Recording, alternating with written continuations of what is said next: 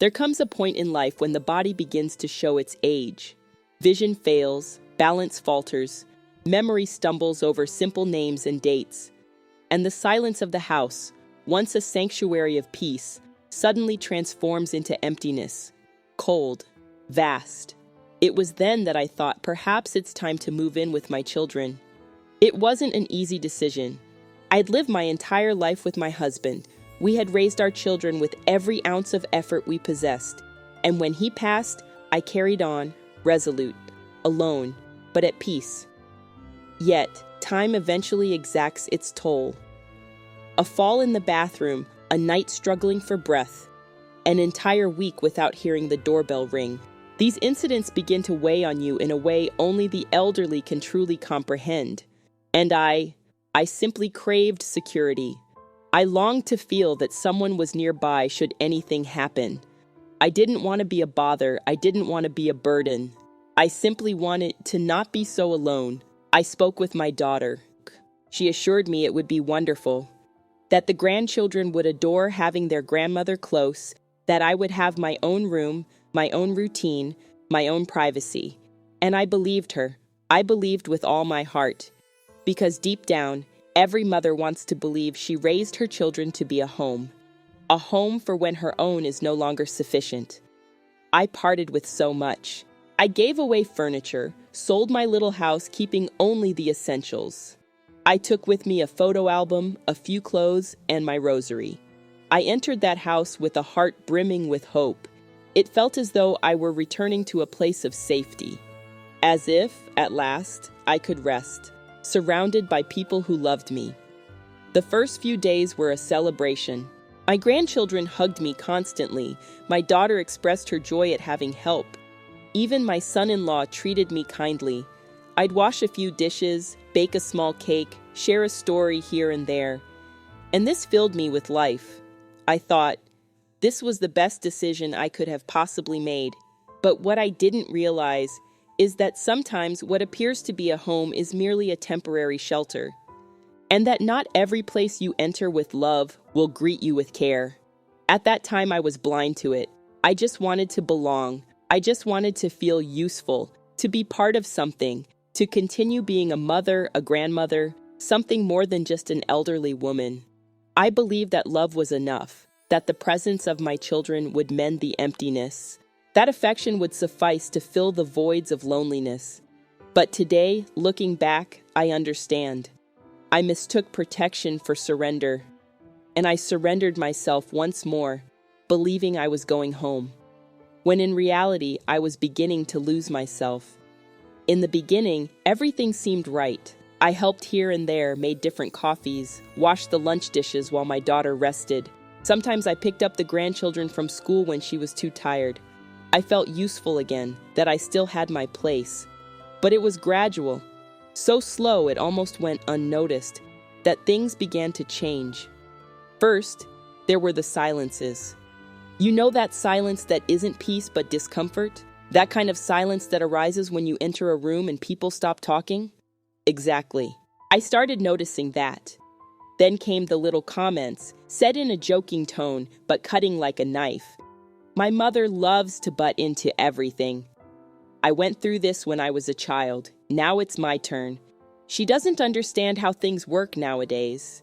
I heard that and smiled. Smiled because that's what we learn to do. We get used to swallowing our words. To saying, "Of course not, dear, it was nothing." But inside, it hurt. I began to notice that my ideas were no longer welcome. When I suggested something at lunch, they'd say my seasoning was too strong. When I tried to talk, someone would get up and leave the table. And when I offered help, they'd say, "No need, you can leave it." Little by little, my presence stopped being welcome and started being tolerated. I no longer felt like part of the household. I felt like I was disrupting their routine, that my voice was an annoyance. The room that was just mine became a place where I spent most of the day, alone, afraid of bothering the others.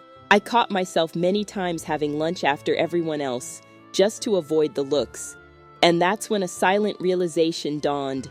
I had left my home behind, and hadn't found another one here. Because a home isn't just walls and a roof. It's emotional space. It's where we can breathe without fear, where we are heard, where love is comfortable, not forced. But there, everything I was, mother, woman, grandmother, was being gradually erased. They called me mom, yes. They said thank you occasionally. But I no longer felt a sense of belonging. You know that feeling of being in someone else's house as a guest who has overstayed their welcome? That's how I felt, inside my own daughter's house. But I didn't say anything. Because deep down, I still had hope that this was just a phase. That love would be stronger than the discomfort. That house would become a home again. Today I understand. Those were the first signs. Subtle gestures, careless words, glances that evaded mine. It marked the beginning of the end of the illusion I had clung to. And once you start to notice, it's already too late to pretend you don't see. There's a pain that doesn't scream, it simply settles in, slowly. And by the time you realize it, you're living with it every single day. That's what happened to me. I began to perceive that I was no longer seen as part of the family, but as an out-of-place item, like an antique piece of furniture that no one wants to discard out of respect, yet also doesn't know where to fit. That's what I was. Too present to be ignored, but not present enough to be welcomed. One day, my granddaughter came home from school, and upon seeing me in the living room asked, "Grandma, do you still live here?" That pierced me. I smiled as I always did, but my heart shattered in silence. I started walking more slowly within the house. I didn't want to make noise. I didn't want to invade anyone's space. I began eating alone after everyone else had already finished dinner. I felt ashamed to open the refrigerator, afraid of hearing, "That belongs to so-and-so," as had happened before. My room, once a sanctuary, became a hiding place. There, I would cry softly, sitting on the bed, hand over my mouth so no one could hear. It wasn't drama, it was pain. The pain of being a nuisance in the place where I thought I would find solace. My daughter, she wasn't cruel. She was simply exhausted, stressed with her children, her job, her life. But I became the easy target. Anything that went wrong, it fell upon me. If the rice was overcooked, it was because my mother keeps distracting me in the kitchen. If the grandson got sick, it was because she lets him walk barefoot. And if I stayed silent, it was because she's putting on a judgmental face. I couldn't get anything right, nor could I make mistakes, nor could I exist in peace. I started hearing phrases that broke me from within. "You've had your life, now it's my turn. If it's too difficult, we can look into a place for you. There's no way to please you all the time." And so, my presence became increasingly uncomfortable. I stopped telling stories, stopped baking cakes, stopped saying good morning. I shrank, and that was what hurt the most. Because I, who was once the life of the house, was now merely a body occupying space, a shadow drifting through the corners. And yet, I remained there, because a mother's heart believes until the very end, believes that love will return, that patience will return, that the home will be rebuilt. But the truth is, I no longer fit there. And little by little, I began to understand. When love needs to ask permission, perhaps it's time to leave. We endure, one day after another. We swallow the hurt, swallow the indifference, swallow the contempt with the same care with which we swallow a bitter medicine, hoping it passes quickly. But there comes a time when the soul can no longer disguise itself. It was on a Sunday morning. A day for family breakfast, a day for a full table. Or at least that's how it used to be when I was a mother and managed the household. I woke up early, as always. I prepared cheese bread, warming milk with cinnamon, as the grandchildren adored. I placed the floral tablecloth on the table and went to wake the children with affection. My daughter looked at me coldly and said, "Mom, nobody asked you to do that." It was just one sentence, dry, quick. But that was when it all clicked. In that instant, the world stopped. The table I had set with such care became a scene of shame. The smell of warm bread became an annoyance, and my heart knew.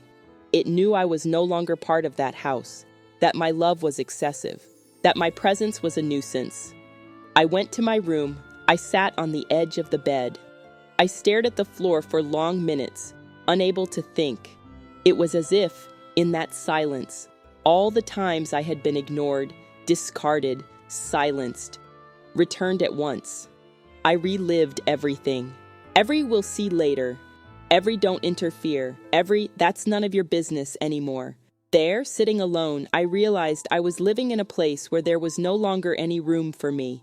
And it wasn't just about the house, it was about the relationship. I came to realize that the love between mother and daughter can continue to exist. But that respect, the listening, the daily affection, those had departed long ago. At that moment, I didn't cry. For the first time, I didn't cry. Because what was born within me wasn't sadness, it was clarity. It was as if I had finally removed a veil from my eyes. As if the woman I had been my entire life, the one who said yes to everything, who lowered her head to maintain peace, was telling me, "Enough, now it's your turn." Deciding to leave wasn't an act of anger, it was an act of love. For myself. I needed to recognize that, to truly remain alive, I had to choose myself, even if it meant leaving, even if it hurt. That day I didn't prepare breakfast anymore. I didn't spread the tablecloth anymore. I didn't apologize for having tried to love. That day, I decided to respect myself. The decision had already been born within me, silent, firm, like a flower bud finally unfurling after a long time in the dark. But mustering the courage to leave, that was another story. I spent weeks questioning myself. Am I overreacting? Am I being ungrateful? Is the problem really me? Because a mother's heart is like that. It tries to justify even the unjustifiable. We blame ourselves for everything, even for being hurt. But deep down, I knew that house wasn't mine anymore. That home no longer embraced me. And I felt diminished every day, to the point of forgetting who I was. That's when I started packing my things, slowly. I didn't tell anyone. I'd fold a piece of clothing here, set aside a document there, and hide it all inside an old suitcase I kept under the bed. I needed to leave with dignity, without a fight. I didn't want shouting, nor any more heartache than what I already carried. I just wanted to leave in peace. One day, I waited for my daughter to get home from work and asked her to sit with me. She was tired, as always, no time. But even so, I looked her in the eyes, as a loving mother, but also as a woman who had rediscovered herself, and said, "Daughter, thank you for everything, but I need to go. I need to take care of myself." She was in shock. She said I didn't need to do this, that I could stay. But her words no longer touched me. Because when we understand our own worth, we no longer accept living where there's no space to exist. I called an old friend from church and explained everything. She helped me find a simple yet welcoming place, a home for elderly women with individual rooms and a respectful community, nothing luxurious. But there was respect, and at that moment, that was all I needed. The day I left, there was no farewell, just a strange silence in the air, as if no one quite knew what was happening. But inside me, there was something new. Freedom. When I entered the new room, with a bed all my own, a window with a white curtain, a bedside table, and an artificial flower upon it, I took a deep breath as I hadn't in years. I felt a relief that washed over my soul. For the first time in a long time, I could lie down without fear, without hearing complaints, without needing to tread on eggshells, without begging for space. It wasn't sadness. It was a new beginning. And that night I lay down, closed my eyes, and smiled to myself. Because I was certain, even though the decision was difficult, even though it hurt, it was the most right choice I made for myself. Looking back today, with a lighter heart and calmer eyes, I understand many things I couldn't see at the time. I understand, for instance, that I wasn't weak for enduring so much. I was strong, excessively so even. But I also understand that true strength isn't in silently bearing everything. It's in knowing when to say, enough. If I could turn back time, I believe I would have done things differently. I wouldn't have waited so long to choose myself. I wouldn't have allowed guilt to silence me. I wouldn't have accepted being treated as a burden within a place I once called home. Because what I truly longed for, deep down, was simply love. It was belonging. It was being heard. But I discovered that sometimes we must leave the place where we are silently dying, to be reborn where no one knows us but respects us. And that hurts, yes, but it liberates. Living with my children seemed the safest choice. And perhaps it was, in theory. But in practice, what I discovered is that love needs space, it needs boundaries, and it needs, above all, reciprocity.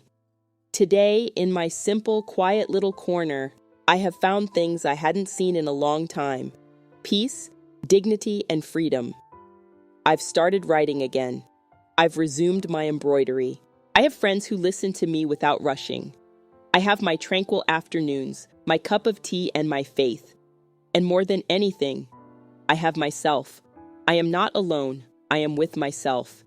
And for someone who spent years negating her own existence, this is a precious rediscovery. If you, listening to me now, are going through something similar, and you feel you no longer have space within your own home, if you're constantly walking on eggshells, if you no longer recognize yourself, listen to that voice coming from within, the one you've been ignoring for years. It knows the way. And if no one has told you this yet, allow me to tell you with all the love in the world, you deserve respect. You deserve a voice. You still have time. You can start over, even if it takes time, even if it's frightening, even if it hurts. Because the truth I discovered, and wish I had discovered sooner, is that we don't need to wait for anyone to rescue us when we have the power to rescue ourselves. And that's precisely what I did. Too late, perhaps. But as they say, better late than never. And if you've made it this far, I want to thank you, because listening to this story until the end is an act of empathy. It's saying, even in silence, I see you. I hear your pain. The truth is that many of us, mothers, grandmothers, women who have given their all, still carry within our chests a weariness that isn't of the body, it's of the soul.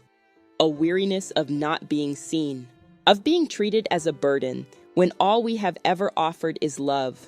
But let me tell you something I learned late, but that still arrived in time. We no longer need to beg for affection. We don't need to diminish ourselves to fit into tight spaces. We don't need to accept silence as an answer. You have value. You have a voice. And if no one has told you this today, I'm telling you, you deserve to be happy, even after 60, after 70, after 80, because the soul has no age, and self-love doesn't either. If this story touched your heart, if it made you remember someone or even yourself, I invite you to share it. Perhaps this message will reach someone who is also suffering in silence. Perhaps it will be the push someone needs to choose themselves for the first time. And if you want to be part of this space of listening, of real stories and open hearts, subscribe here to the channel. Every week, a new story to remind us that it's not too late, to remind us that living is worthwhile, even if it's just to find the peace we have always deserved. A kiss on your heart. Until the next story.